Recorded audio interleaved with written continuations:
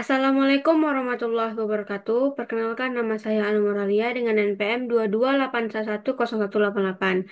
Pertama-tama saya ucapkan terima kasih kepada Ibu Wina Diana yang sudah memberikan kesempatan pada saya untuk mempresentasikan hasil analisis saya kepada perusahaan PT Sinarya Wabadi. Di sini saya akan presentasi tentang strategi kompensasi di perusahaan PT Sinarya Abadi. Penjelasan pertama yaitu latar belakang. PT Sinaryo Abadi atau disingkat dengan PT SRA adalah perusahaan yang bergerak dalam bidang distribusi dan logistik yang berpusat di Pekanbaru. Seiring dengan semakin berkembangnya bisnis dan ketatnya persaingan di industri distribusi, pengelolaan sumber daya manusia menjadi faktor kunci yang harus diperhatikan secara serius. Salah satu elemen yang paling penting adalah pengelolaan SDM adalah penerapan strategi kompensasi yang mencakup gaji, tunjangan, dan penghargaan.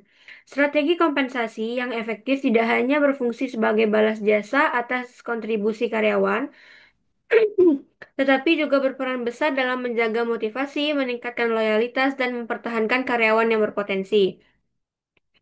Penjelasan kedua ada permasalahan kompensasi. Yang pertama ada gaji tidak sesuai tanggung jawab. Yang kedua ada tunjangan yaitu tidak formal, hanya bantuan insidental. Yang ketiga ada penghargaan yaitu tidak ada sistem yang terstruktur. Berdasarkan keterangan yang disampaikan langsung oleh karyawan, PT Sinaryo Abadi saat ini menghadapi berbagai permasalahan dalam penerapan strategi kompensasinya. Permasalahan pertama terdapat pada aspek gaji, tunjangan, dan penghargaan seperti yang dijelaskan di yang barusan. Melihat berbagai permasalahan tersebut, dapat disimpulkan bahwa PT Sinaryo Abadi membutuhkan perbaikan dan penyusunan ulang strategi kompensasi yang lebih adil, transparan, dan terstruktur. Selanjutnya ada strategi kompensasi di PT Sinar Riau Abadi. Strategi kompensasi yang dijalankan oleh PT Sinar Riau Abadi masih bersifat sederhana dan cenderung tradisional. Strategi ini dipengaruhi kuat oleh budaya kekeluargaan yang tumbuh di lingkungan kerja, sehingga menciptakan suasana yang hangat dan akrab antara manajemen dan para karyawan.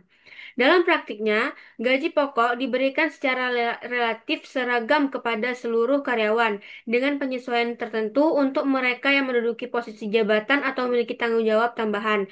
Ini seperti jika karyawan A memiliki tanggung jawab atau posisi jabatan yang standar di perusahaan, maka dia akan mendapatkan gaji yang sesuai juga standar di perusahaan.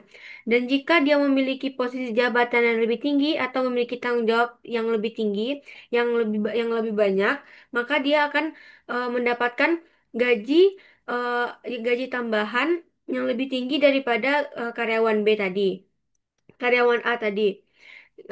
Sebagai relatif, perusahaan mengandalkan pendekatan personal, di mana pimpinan kerap memberikan bantuan finansial secara langsung kepada karyawan yang mengalami kesulitan seperti kebutuhan biaya berobat atau kebutuhan keluarga mendesak. Dari sisi penghargaan, perusahaan memberikan bonus tahunan atau insentif yang biasa diadakan akhir tahun. Perusahaan juga memberikan apresiasi non-finansial seperti ucapan terima kasih atau pengakuan langsung dari atasan. Selanjutnya ada analisis gaji. Hasil analisis menunjukkan bahwa gaji yang diberikan oleh PT Sinaryo Abadi umumnya dianggap stabil dan sesuai dengan kemampuan perusahaan saat ini. Konsistensi pembayaran setiap bulan membantu karyawan memiliki kepastian pendapatan untuk memenuhi kebutuhan hidup sehari-hari. Namun, praktik pemberian gaji yang relatif seragam di seluruh posisi dapat memicu permasalahan keadilan internal, khususnya bagi karyawan yang memiliki tanggung jawab dan beban kerja yang lebih tinggi. Ketika sistem gaji tidak didasari oleh evaluasi jabatan yang terstruktur, potensi munculnya perasaan ketidakadilan menjadi lebih besar. Karyawan yang merasa telah berkontribusi lebih banyak, tetapi menerima gaji serupa dengan rekanannya yang bisa mengalami penurunan semangat kerja. Selanjutnya ada analisis tunjangan. Saat ini, PT Sinaryo Abadi belum menyediakan berbagai bentuk tunjangan formal seperti tunjangan kesehatan, transportasi, makan, atau tunjangan keluarga. Bantuan insidental yang diberikan pimpinan sebagai bentuk kepedulian memang positif. Namun, karena sifatnya situasional dan tidak dijamin secara rutin, karyawan tidak dapat merencanakan keuangan mereka dengan tenang. Selanjutnya ada analisis penghargaan. Penghargaan di PT Sinaria Abadi saat ini diberikan secara informal melalui bonus tahunan atau insentif yang tidak memiliki pedoman resmi. Pemberian penghargaan didasarkan pada pertimbangan pimpinan dan situasi keuangan perusahaan. Hal ini membuat penghargaan bersifat subjektif dan berpotensi menimbulkan rasa tidak puas bagi karyawan yang merasa kontribusinya belum diakui secara proporsional. Akibatnya, karyawan menjadi kurang terdorong untuk meningkatkan kinerja karena tidak ada kejelasan hubungan antara hasil kerja dengan penghargaan yang diterima. Selain penghargaan finansial, perusahaan juga memberikan apresiasi non-finansial seperti ucapan terima kasih atau ucapan langsung dari atasan. Selanjutnya ada evaluasi keadilan. Yang pertama ada keadilan distributif. Dalam kasus PT Sinario Abadi, gaji pokok dinilai sudah cukup memadai oleh sebagian besar karyawan karena perusahaan membayarkan secara konsisten. Namun, pola gaji yang hampir sama untuk seluruh karyawan, meskipun memiliki beban kerja dan tanggung jawab yang berbeda, dapat menimbulkan rasa tidak puas. Selain itu, tidak adanya tunjangan formal yang membuat manfaat yang diterima karyawan menjadi terbatas. Yang kedua ada keadilan prosedural. Keadilan prosedural terkait bagaimana keputusan mengenai kompensasi diambil. Dalam sistem ini, proses penetapan gaji maupun kenaikan gaji masih bersifat informal dan tidak memiliki aturan tertulis yang dapat dijadikan acuan.